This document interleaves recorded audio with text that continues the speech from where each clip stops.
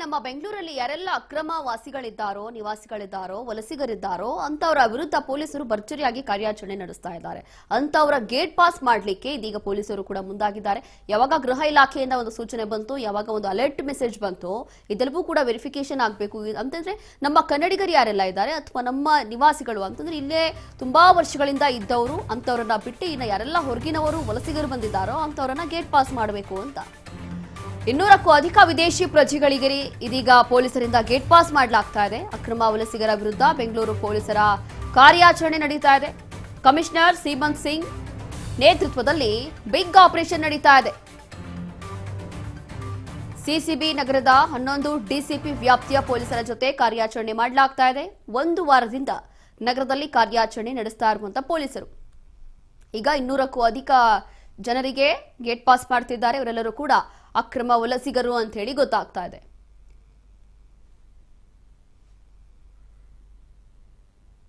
ಕಳೆದ 1 ವಾರದಿಂದ Bengaluru city police ನಮ್ಮ ಎಲ್ಲ law and order police stations ಮತ್ತು ಸಿಸಿಬಿ ವತಿಯಿಂದ ಕಾರ್ಯಾಚರಣೆ ನಡೀತಾ ಇದೆ. ಫಾರಿನರ್ಸ್ ಇಲ್ಲೀಗಲ್ ಯಾರು ಫಾರಿನರ್ಸ್ ಇಲ್ಲಿ ವಾಸ ಮಾಡ್ತಾ ಇದ್ದಾರೆ ಅಥವಾ ಓವರ್ ಸ್ಟೇ ಮಾಡ್ತಾ ಇದ್ದಾರೆ ಅಥವಾ ಅವ್ರ ಮೇಲೆ ಏನೋ ಕ್ರಿಮಿನಲ್ ಆ್ಯಕ್ಷನ್ ಇದೆ, ಆ ನಿಟ್ಟಿನಲ್ಲಿ ಅಂದಾಜು 200 ಪರ್ಸನ್ಸ್ ಅಂದರೆ ಇದರಲ್ಲಿ ಬೇರೆ ಬೇರೆ ದೇಶದಲ್ಲ ಕೆಲವರೆಲ್ಲ ಶಾಮೀಲಿದ್ದಾರೆ.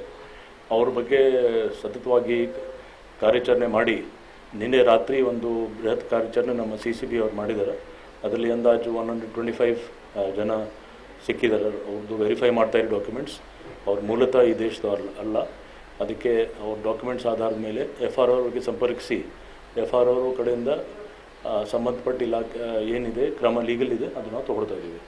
ಒಟ್ಟಾಗಿ ಕಳೆದ ಅಂದಾಜು 7 ದಿವಸದಲ್ಲಿ 200 ಟೋಟಲ್ ಜನ ಮೇಲೆ ನಾವು ಆ್ಯಕ್ಷನ್ ತೊಗೊಂಡಿದ್ದೀವಿ. ಬೇರೆ ಬೇರೆ ದೇಶದವರು ಕೂಡ ಇದ್ದಾರೆ, ಎಲ್ಲ ದೇಶದ ಬಟ್ ಸ್ವಲ್ಪ ಜಾಸ್ತಿ ಜನ ಬಾಂಗ್ಲಾದೇಶದವರು. ಅಲ್ಲ, ಅದು ವೆರಿಫೈ ಮಾಡಬೇಕು. ಯಾಕೆಂದರೆ ಅವ್ರು ಹೇಳೋದು ಜಸ್ಟ್ ಬಂದಿದ್ದೀನಿ ಅಥವಾ ಕೆಲವರು, ಬಟ್ ಯಾವುದೂ ಆ ಥರ ದಾಖಲಾತಿಲ್ಲ. ನಾವು ಮಾಡ್ತಿರೋದು ಕ್ಲಿಯರ್ ಕಟ್ ಡಾಕ್ಯುಮೆಂಟೇಷನ್ ಆಧಾರದ ಮೇಲೆ ಇದು ನಾವು ಪ್ರೂಫ್ ಮಾಡ್ತಿರೋದು. ಪದ್ಧತಿ ಬೇರೆ ಬೇರೆ ದೇಶದ್ದು ಬೇರೆ ಇದೆ. ಆಫ್ರಿಕನ್ ಕಂಟ್ರೀಸ್ದು ಕೆಲವು ನಮಗೆ ಸಿಕ್ಕಿದ್ರೆ ಅವ್ರದ್ದು ನಾವು ಡಿಪೋಟೇಷನ್ದು ಕಾರ್ಯಾಚರಣೆ ಮಾಡ್ತಾಯಿದ್ದೀವಿ. ಆ ಪ್ರಕಾರ ಸೆಂಟರ್ಸ್ಗೆ ಕಲಿಸಿದ್ದೀವಿ. ಇಲ್ಲಿ ಇದು ಸ್ವಲ್ಪ ಸಂಖ್ಯೆ ಜಾಸ್ತಿ ಇದೆ, ಅದಕ್ಕೆ ಟೆಂಪ್ರರಿ ಡೆಪೋಟೇಷನ್ ಸೆಲ್ ನಾವು ಓಪನ್ ಮಾಡಿದ್ದೀವಿ. FR ಮತ್ತು ಸೋಷಲ್ ವೆಲ್ಫೇರ್ ಡಿಪಾರ್ಟ್ಮೆಂಟ್ ಮತ್ತು ಫ್ಯಾಮಿಲಿ ಆ್ಯಂಡ್ ಹೆಲ್ತ್ ಡಿಪಾರ್ಟ್ಮೆಂಟ್ ಕೂಡ ನಾವು ಇನ್ವಾಲ್ವ್ ಮಾಡಿದ್ದೀವಿ. ಸೊ ಇದಕ್ಕೆ ಸ್ವಲ್ಪ ಟೈಮ್ ಬೇಕಾಗುತ್ತೆ, ಯಾಕೆಂದರೆ ನಾವು ಕರೆಸ್ಪಾಂಡಿಂಗ್ FR ಮುಖಾಂತರ ಆಯಾ ದೇಶದಿಂದ ಅವ್ರದ್ದು ಡಾಕ್ಯುಮೆಂಟ್ಸ್ ಕೂಡ ಕಲೆಕ್ಟ್ ಮಾಡ್ತಾಯಿದ್ದೀವಿ. ಕಲೆಕ್ಟ್ ಮಾಡಿದ್ಮೇಲೆ ನಾವು ಕ್ರಮ ತಗೊಳ್ತೀವಿ.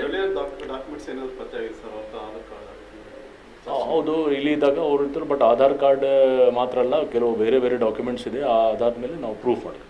ಇಲ್ಲಿ ಏನು ಕೆಲಸ ಮಾಡ್ತಿದ್ರೆ ಮತ್ತು ಯಾವ ವೀಸಾ ಜಾಸ್ತಿ ಬಳಸ್ಕೊಂಡು ಬಂದಿದ್ದಾರೆ ಸರ್? ಇಲ್ಲ, ಇಲ್ಲಿ ಬೇರೆ ಬೇರೆ ಇದರಲ್ಲಿ ಸದ್ಯಕ್ಕೆ ನಾವು ಅವ್ರು ಸಿಕ್ಕಿದಾಗ ಕೆಲವು ಕನ್ಸ್ಟ್ರಕ್ಷನ್ ಸೈಟ್ಸಲ್ಲಿ ಕೆಲವಿದ್ರು, ಇನ್ನು ಕೆಲವು ಬೇರೆ ಬೇರೆ ಕೆಲಸ ಮಾಡ್ತಾರೆ. ಯಾವುದು, ಯಾಕೆಂದರೆ ಸಿಕ್ಕುವಾಗ ಅವ್ರಿಗೆ ಗೊತ್ತಾಗಲ್ಲ ಏನು ಕೆಲಸ. ಅವ್ರಿಗೆ ನಾವು ಇನ್ಕ್ವೈರಿ ನಡೀತಾ ಇದೆ. ಮತ್ತು ಇದರಲ್ಲಿ ಮುಖ್ಯವಾಗಿ FR ಅವ್ರದ್ದು ಏನೋ ಡಾಕ್ಯುಮೆಂಟೇಷನ್ ಅದರ ಬಗ್ಗೆ ನಾವು ವೆರಿಫೈ ಮಾಡ್ತಾ ಇದ್ದೀವಿ. ಹೌದು, ಖಂಡಿತ ದಯವಿಟ್ಟು, ಯಾಕೆಂದರೆ ಇದರ ಮೇಲೆ ಇನ್ನೂ ಹಲವಾರು ಮಾಹಿತಿ ಇದೆ, ಅದ್ರ ಮೇಲೆ ನಾವು ಕಂಟಿನ್ಯೂ ಮಾಡ್ತೀವಿ. ಈ ಕಳೆದ 1 ವಾರದಿಂದ